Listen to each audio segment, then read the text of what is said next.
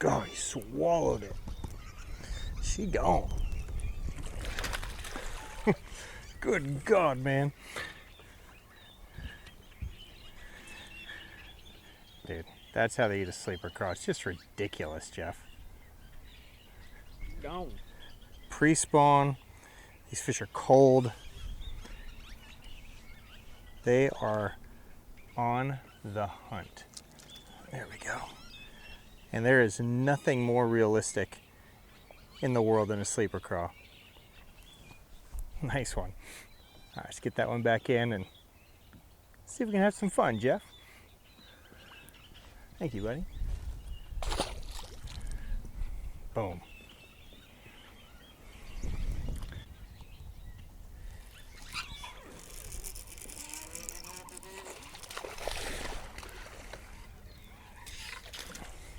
All right.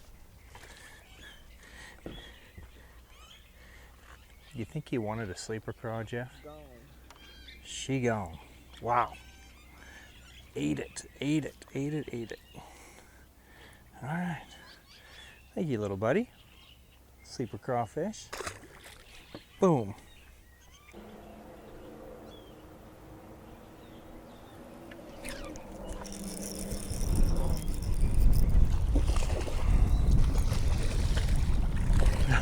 Fat sucker.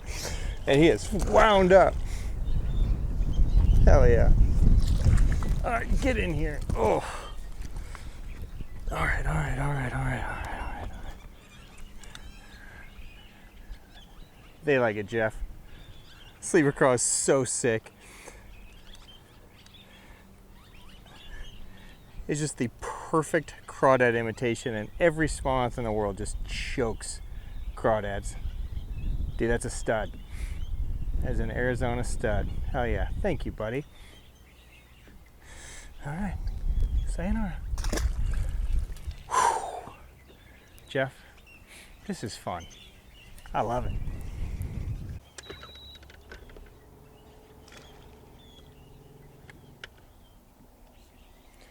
I mean, this makes sense. It's probably like a back eddy, normally.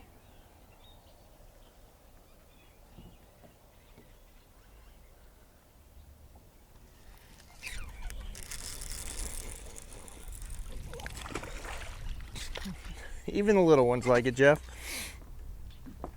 Little guy. Thank you for playing, sir. Whoa, okay, okay, okay. I know there's no room for my thumb, the sleeper craw, everything's in your face.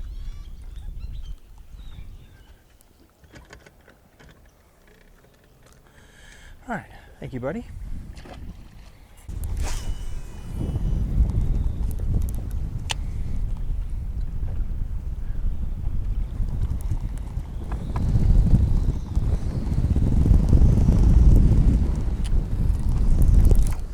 There's one. Good one. Nice.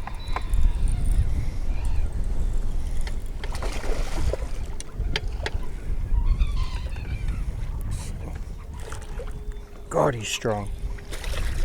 All right, come here. Come here. Whoa, that's a fat one, Jeff.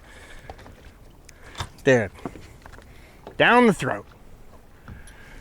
Sleeper craw is so sick. Such a fun way to get them. That's how they get it every time. So let me break this down for you guys. I'll walk through exactly what we're doing. Dirty. Dirty, dirty. Nice one. Solid, solid fish. All right, buddy. Thank you. God, he's cold and dope. So dirty, Jeff.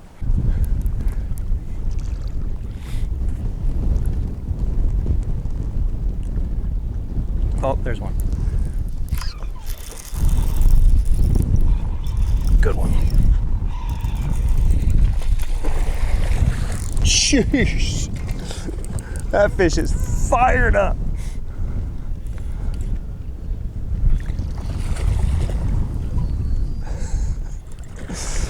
Dude, can I get it? Yeah. Oh. Okay. Okay. Okay. Okay. Okay. All right. You're fired up. I got it. What a stud, Jeff. Dude, sleeper craw, down the gullet. That's the deal right there. If you are around a smallmouth, the new crack is that. So stupid. It's like live bait. It's too easy almost. But I'm gonna break it down. I know I said that the last fish, but that's a nice one. Dude, what a stud. Fat, healthy. Yeah, beautiful fish. Wow. Nice. Long, quintessential Arizona smallie right there. Hell yeah. Dirty. That's insane. Dirty. Dude, that thing was kicking your butt. Oh my God, what a jump. All right. That's a nice one. Beautiful. I think that's the best one. Yeah, that's the best one of the day. Like I said. Like I said. Yeah. Nice. Beautiful smallmouth. Okay, and he's still fired up. Okay. All right, I got it. All right, let me break down the sleeper craw for you guys. If you want, I'm going to say the easiest way to catch a smallmouth, this is it, okay? It's almost a cheat code. A lot of times when we come out fishing, we don't bring these because I know we're gonna catch them. So, you know, the point is to film and try other things. But if you want one bait to just destroy fish, this is it. So let me break down the sleeper craw really quick for you. Obviously it is a craw shaped bait. It's very natural looking, but really what makes a sleeper craw special is the internal weighting system in the material. So it's an elastomer style material. So it's a pretty high buoyant material, but it's thin and it's hollow in the middle, right? It's hollow on the claws. So it's not like a Z-Man elastic that's like just almost bobber-esque, right? Real high buoyancy. It's kind of a mid buoyancy. So it still has floating characteristics, but not like when it hits the bottom, it doesn't just go bang, you know what I mean? It falls horizontally. So inside this bait is a triangular weight that's attached to this hook, right? So it's all internal. The triangular shaped weight is balanced so that as this falls, it falls horizontally just like a crawdad naturally would. And then when it gets to the bottom, it slowly lifts up and these pinchers kind of slowly move up. When you pull it down, everything kind of goes back down and then slowly rocks back up.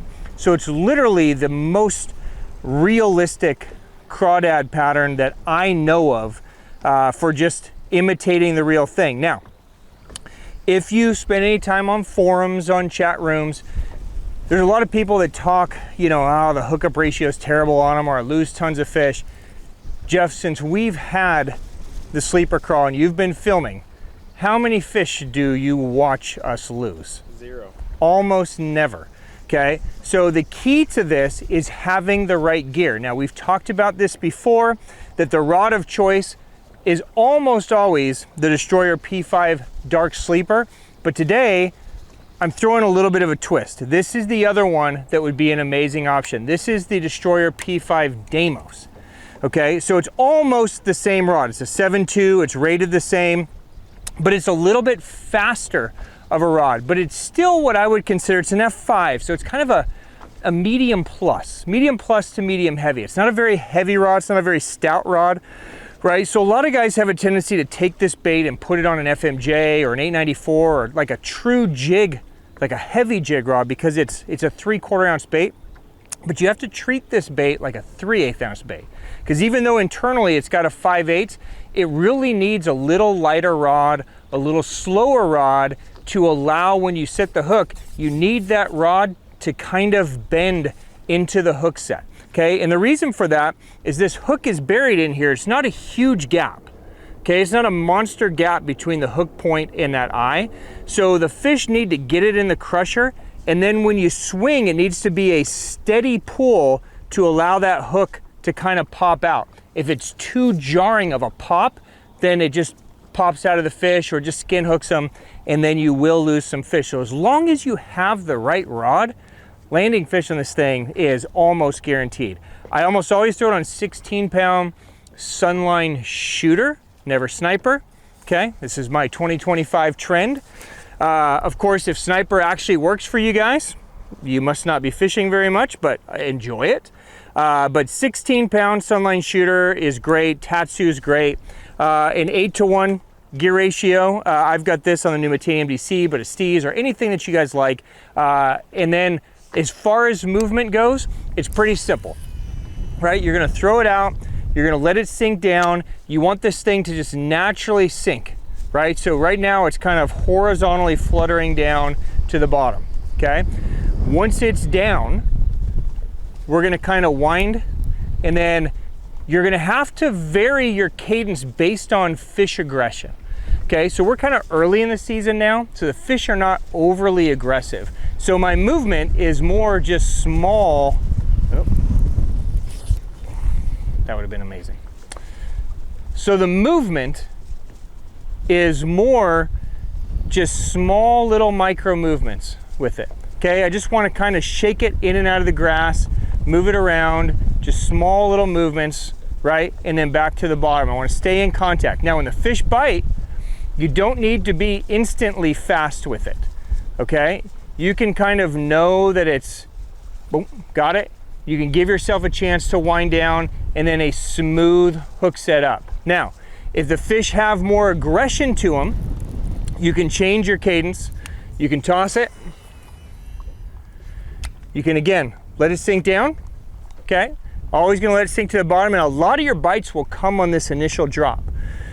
Okay, so pay attention when you first wind down. If it's heavy or pulling away, swing. What's the worst that could happen? You swing and you miss, right?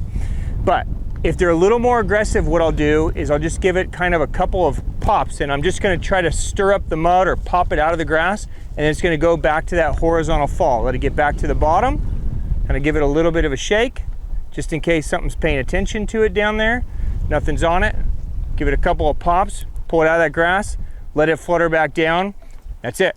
And it's just gonna look nice and natural. So vary your retrieve, play with some different cadences, but make sure you've got the right rod. It'll solve all the hookup issues that you could potentially have. It's an unbelievable bait.